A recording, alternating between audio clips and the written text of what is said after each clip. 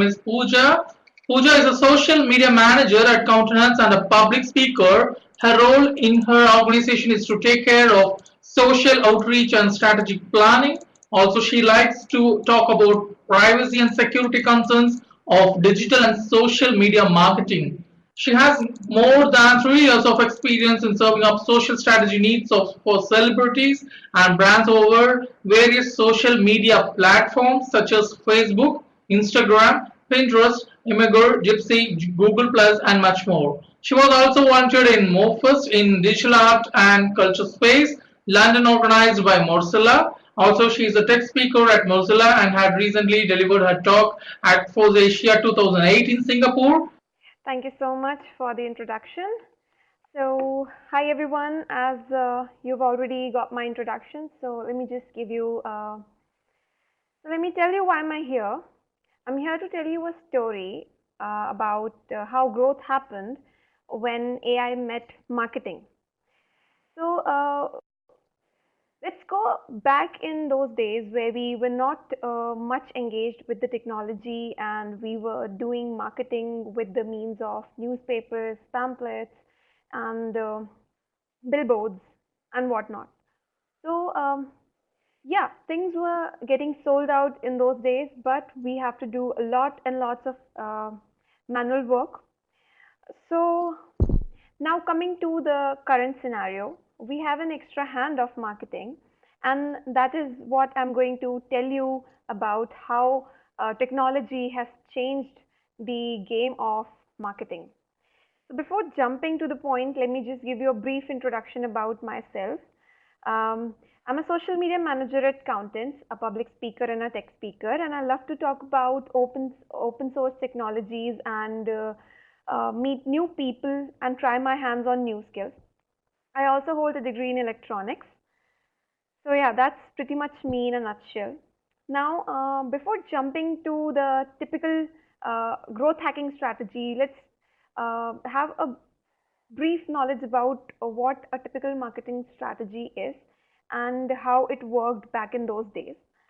So, uh, okay, just give me a second. I'm sorry for the inconvenience. I guess this there is some issue here with the presentation. Dear Ms. Pooja, what happened?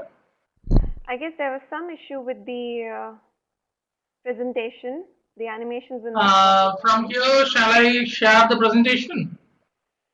It was shared from that side earlier, but no worries. I'm almost done with the 90% of the upload here. It will be done in just Okay, few seconds. okay, Ms. Pooja. Yeah. So meanwhile, let me just continue telling you about my journey, how I become from an electronics engineer to a social media marketeer. So it all started when everyone was creating and developing products, and there was an extra hand of technology, but no one was there to take care of the marketing part. And that was the time when I was in college, actually. And then I decided that if everyone is developing, we need someone to sell those products, then and we have an extra hand of technology, so why not just have a little experiment with that? And that's how I got caught up in social media marketing, and that's how I started my career in that. So I guess the presentation is back, and we are back on our topic. So yeah. So yeah, we were talking about the typical marketing strategy. So what we pretty much do in a typical marketing strategy is we define our business model.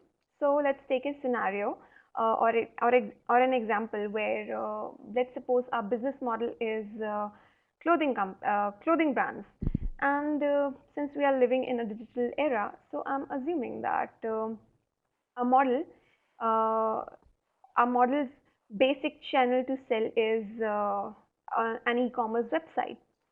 So now what we first do is now we have decided the business model, which is going to be the clothing brand.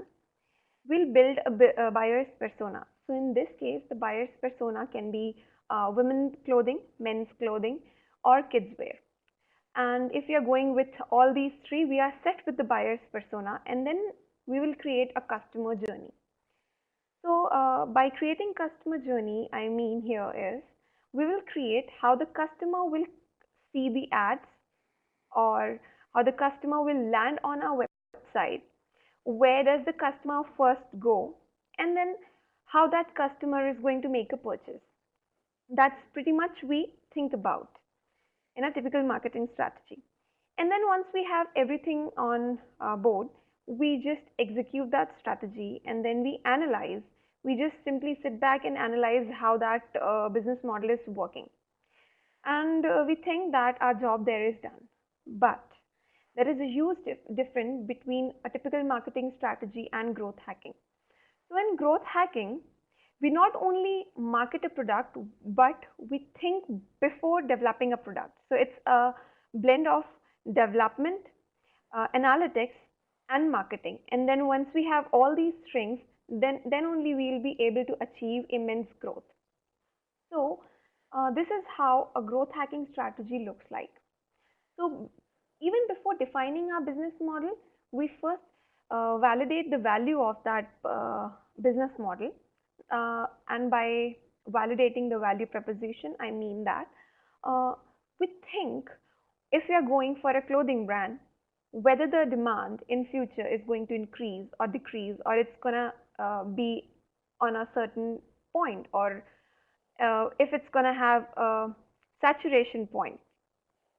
Once we have validated our business, once we have validated our value proposition of a business model, then we define our business model. Okay, now we know the demand. We can go for the business model, and we can start building the buyer's persona. And when we are building the buyer's persona, we have to take care to create segments in it. So we don't have to just build a buyer's persona, and we have to create the segments. So if we have clothing brand, we have to create the segments for women, men, and kids wear. And under that also, we can customize it by the characteristics of the customers. So suppose there are people who are more interested in Western wear, and there are people who are more interested in ethnic wear. There can be one customization can be done there. The second customization can be done on the basis of their interest and their purchase history, or the interest of their into what sort of activity. So suppose someone is interested into sports, we can customize them under clothing for sportswear and whatnot. So from there, the journey of a customer will start, and it will be more personalized. And why it needs to be personalized? So let me give you another example. So if I come to you, and you are in a group, and I say that, hey, I went to this particular place and I bought this blueberry drink per se, and this is for all of you. That will be a different way of giving someone a service or some gift. On the other hand, what if I come to you and tell you, hey, I remember that you were talking about blueberries and how much you like them, and I went to this particular place which is famous for their blueberry drinks, and I bought this specially for you. That is more personalized, and I would be really interested in that. So that is how the personalization and customization works in our businesses as well. So now once we have achieved the customized customer journey, we have to focus on the important metrics, and those metrics I will be sharing in my further slides. So hang on. And then once we have decided all those metrics and have drafted all the steps of a growth hacking strategy, we not only have to execute and analyze it, but we have to run experiments. So if something is going wrong, or if something is going other than what we have expected when we were starting our journey, or we were drafting our customer's journey, we have to run experiments based on those changes. And this is pretty much a growth hacking strategy is works. So, so the summary of a growth hacking strategy tells you that you don't have to rush and go for an instant revenue, because That might be the instant revenue, but that won't make your brand immortal. And with the growth hacking strategy, we are actually trying to create a brand for a lifetime. That means we are actually trying to create a brand immortal. So we have to take one step at a time. So the perfect example here would be if you have all the resources, which in our case can be the elements of a growth hacking strategy, and we have the bigger picture, which would be the drafting of the strategy and our ultimate goal. So now once we have everything on place, we just have to put one brick at a time and build a wall which could stand for a lifetime. That's yeah, that's pretty much is about growth hacking. So now when we are talking about growth hacking, how can we forget the original growth hacker? Yes, I'm talking about Sean Ellis, who coined this term growth hacking back in 2010, and he helped almost n numbers of startups to achieve accelerated growth as a consultant. And yeah, so few of those examples I would like to mention here are the first one is McDonald's. So they went offline and they did growth hacking. So their approach was to sell, so their ultimate goal was to sell more and more food.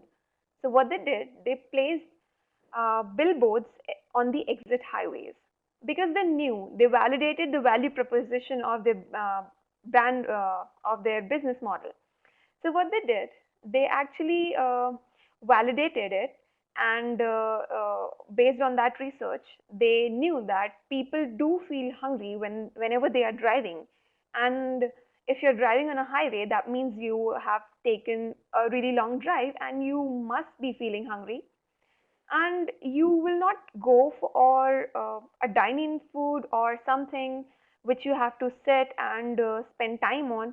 You would definitely go for for an easy food, just like a pack of fries or uh, maybe a burger.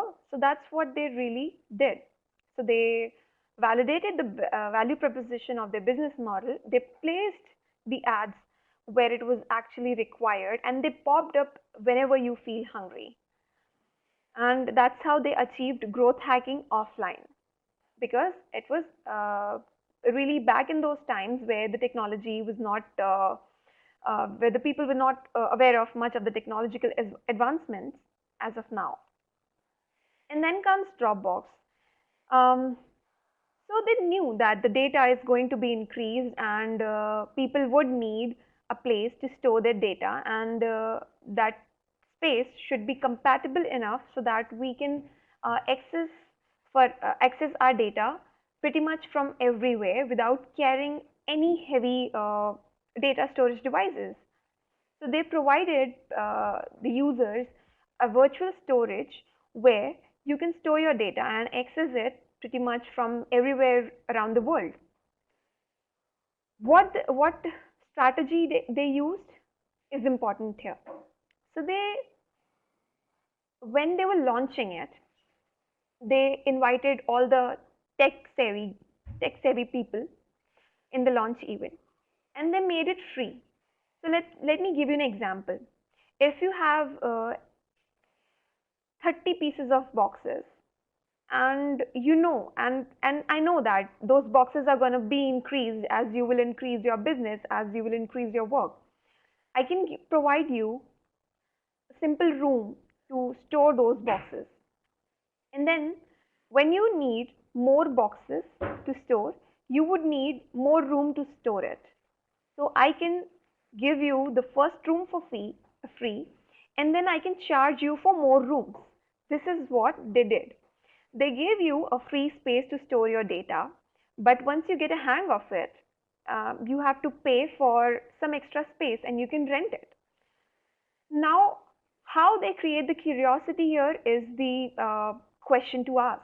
So they actually made the service free in the initial level, but they made it only invite only event.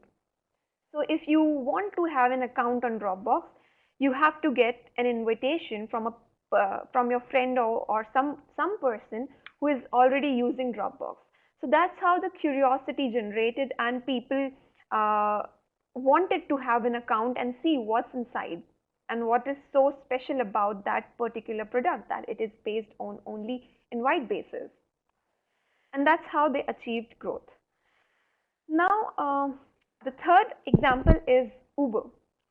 So I'm assuming that most of us who are attending the conference have heard the name of Uber, and this is pretty much um, one of our daily needs for a commute, for commuting from one place to another.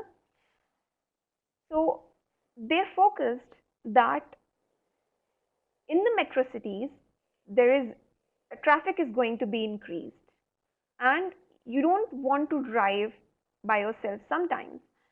And if the traffic is so much, you want someone to drop you from one place to another, or you would go for public transportation. But that public transportation, they made it really easy that you can just have an app, book a cab or book a ride for yourself in just one click. So they use technology to change the game of transportation. And now uh, this is I don't need to say that this is pretty much a habit of this is pretty much a daily routine of most of ourselves. Now, the biggest game changer in the growth strategy of Uber was word of mouth. So, for example, if I have taken an Uber to go to a party on Saturday, and if my friend asks me, "Hey, how did you get here?" I can simply say that I took an Uber. They will see what an Uber is, since it is accessible from your smartphones. You can tell them, "Hey, you can just download the app and check it out." They will definitely going to see it. And since it is a commute system, uh, there are higher chances that you might need that once in a while.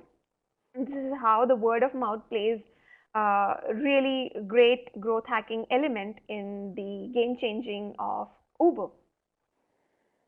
Now, if we see a common thing in all these three products is they actually gave people what they actually needed, not what they wanted to sell. So, again, I would like to mention that before defining their business model, they actually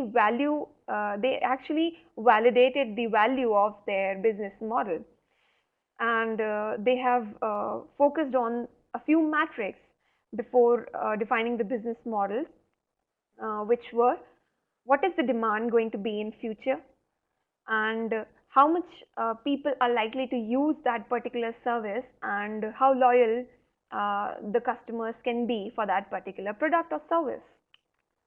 And then they launched it. And when they were starting it or launching it, they did not target it everyone. That is the very important matrix in growth hacking. So, uh,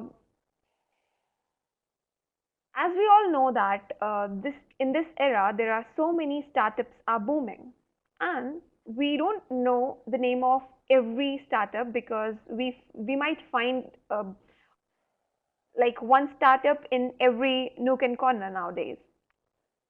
But there are few startups who really uh, targeted their audience, and they really build their buyer's persona so strong that they actually mastered in growth hacking. So what you have to do is you have to identify your potential customer.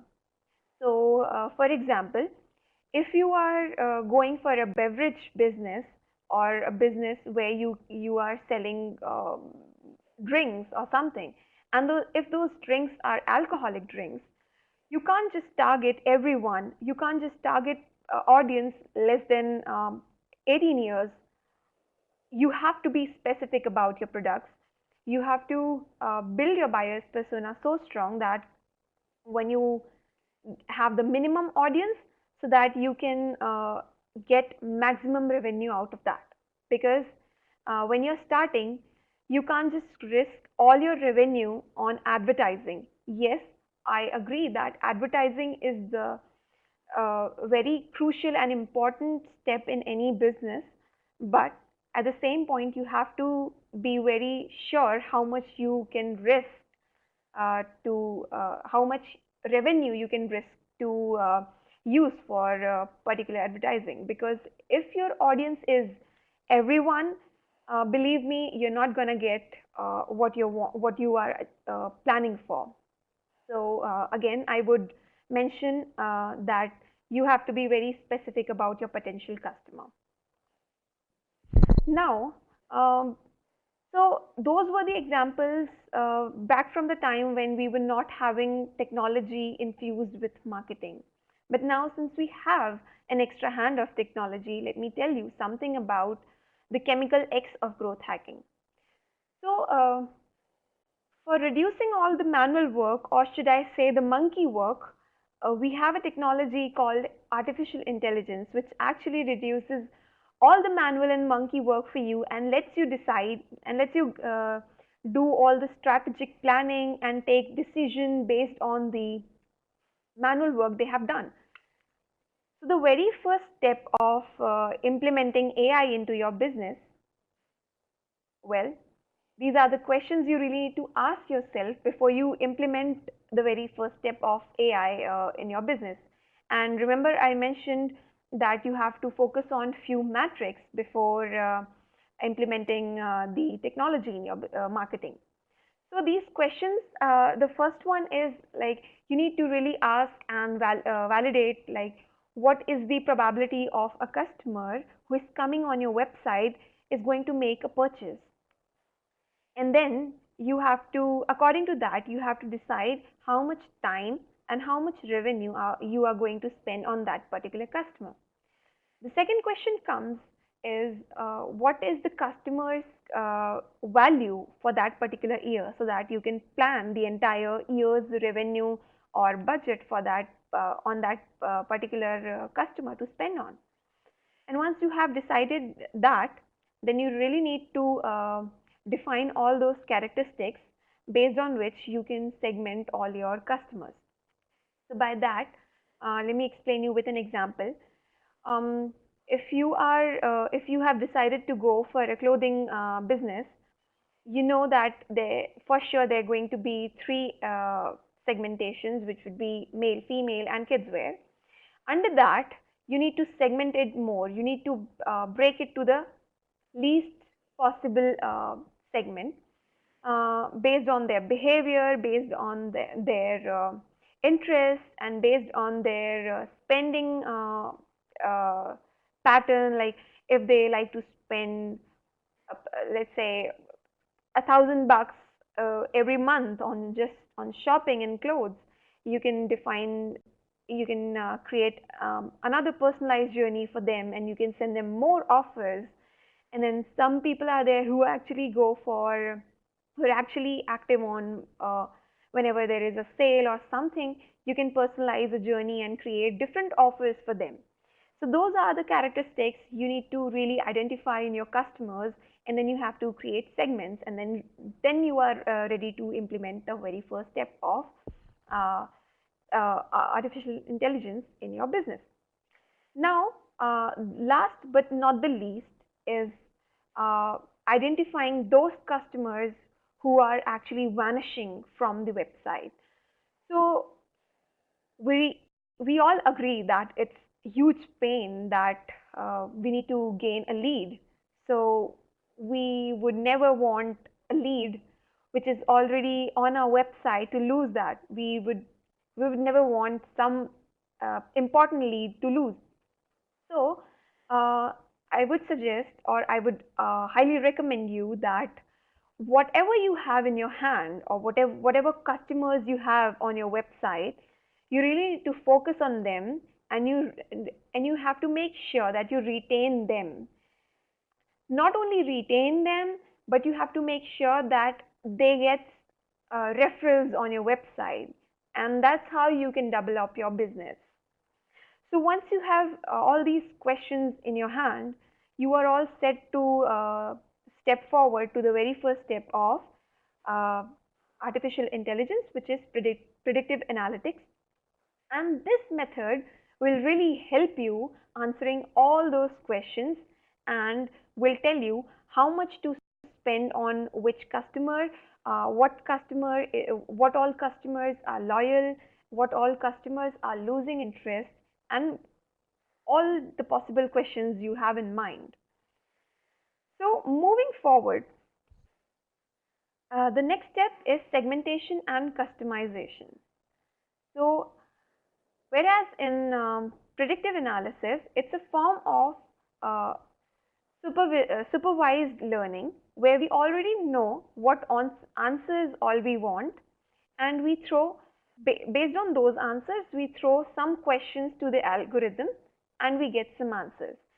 And then based on those answers, we plan our journey further.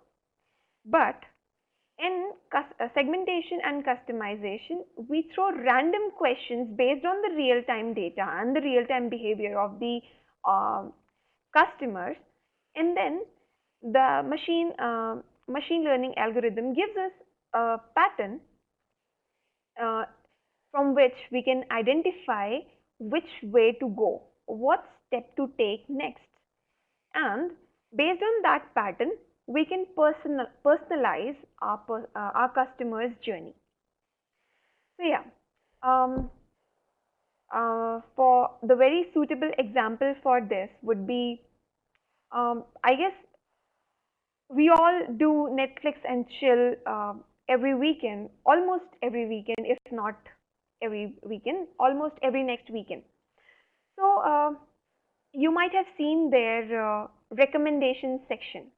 So that is actually an example of segmentation and customization. Based on your interest and behavior on the website of Netflix, they generate recommendations for you so that you don't have to go and browse everywhere, or you just don't have to watch your a particular series or whatever you're watching or movie and go log out of the system. They actually want you there for a long time. So that's why they use the similar algorithm to tell you, hey, you were interested in, let's say, Harry Potter movie, so you might like this movie as well. So yeah, and you see that, oh yeah, that's based on something I would like, so why not watch it? And you just give another 3 hours to Netflix. And here is a fun fact. So 75% of the Netflix uh, shows have been watched are based on the recommendations. And this is not it. When you make a purchase on Amazon, you suppose you have gone there to buy uh, a nice shirt for a date or maybe a conference. Amazon will recommend you a pair of pants or trousers or jeans based on that purchase you have made. So this is how some big companies are using uh, AI in their business so actively that you never know whenever, like right now, you might be interacting with AI as well. So another fun fact, not only Netflix, but on Amazon as well, 35% of the purchases has been made based on the recommendation section. So moving further to our next step, which is sentimental analysis. So when we are doing segmentation and customization, the main goal there is to make a customer buy something from make a purchase from your website. But most of the companies think that their main job is done, and that's they can just sit back and relax and have a donut, enjoy the revenue. But let me tell you, the real job starts there. Once a customer make a purchase on your website, you really need to take care of the sentiment of that particular customer. So that can be achieved by having the online chats and online conversations done with the customers. Now I'll give you an example. I was scrolling through the Facebook this morning and I saw that there is this brand. I'm not going to name that brand. There is this XYZ food delivering brand, and I saw that there are no visitors posts there, and I found it really suspicious because how come there are no visitors posts on their social media on their particular Facebook channel? And then I went through the posts and I scrolled through the page posts there, and I saw that in the comments section, there are so many complaints and a few compliments as well. So, based on those comments, you can actually build a mechanism, whereas you can analyze all those comments, read all those comments, and see what your customers are talking about when they make a purchase from your website, whether they are happy from your product or they are feeling any kind of trouble, whether they are feeling any kind of trouble with the customer support or whatnot. So if you know what is the problem, you can actually go and fix it for not only for that particular customer, but for the future customers as well. And that's where the proper branding of a particular brand starts. You're not only there to generate revenue. Yes, I agree that revenue is really important for any business, but at the same time, you really need to make sure that you are making your brand immortal so that you're not only generating instant revenue, but you are fixing the system for a lifetime. So now once the sentimental analysis is done, last but not the least is the psychographic personas. So this mechanism not only tells you uh, how the customer is making a purchase, whether it's coming from A source, B source, or C source. It actually tells you what is the reason that a particular customer is making a purchase on your website. It will crawl through the personality, behavior, attitude, and interest of that particular customer. So let me give you an example. Uh, Again, I'll just continue with the example of clothing brand. So if you have clothing brand and I am into sports and I come to your website and I scroll through only sports section and see, okay, there is some joggers and t-shirts for my gym. I can wear that. I'll go through many other sportswear as well. And now you know my interests and my and you have a pretty much idea about my lifestyle and interest as well. So now you have to find that what is my purchase history? How many times have I visited your website? How many times have I made any purchase? And uh, how many comparison I have made? So you have all the idea that this is pretty much my behavior is, and this is pretty much my lifestyle is. So once you know that thing, you can create a more personalized experience for your customers and make sure that whenever they land on your website, they actually add something to the cart and check out. Well, that's the really good feeling when we see a customer making purchase from our website. So yeah, we all agree to that. That's a heartwarming feeling. So this is what psychographic personas helps you in achieving.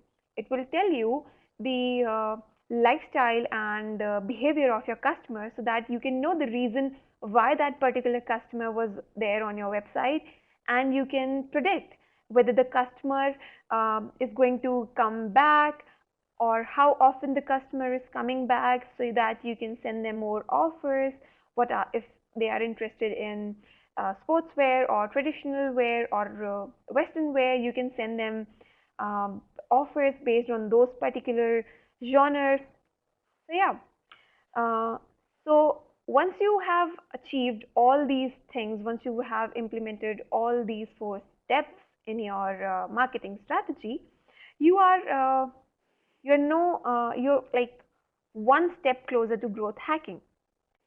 So summarizing up or wrapping up, I have created here a growth hacking funnel from which majority of the companies pay attention to these two steps of the funnel. The first one is acquisition. Every business wants to acquire more and more customers, and the only thing they are focused on is the revenue. So, their marketing strategy is surrounded or focused on only these two elements, acquisition and revenue. But the main uh, business is hidden in these three steps, which are activation, retention, and referral. So once you have acquired, let's say 100 customers, you have to make sure that those 100 customers are active on your website, and then they make some purchase at least once in a week. So once they have made the purchase, the real job for you is to retain them. You have to take care of their feedbacks, and you have to make sure and keep a track on the sentimental analysis and psychographic analysis to make sure that the customer is happy with your service and they are going to generate a revenue for you.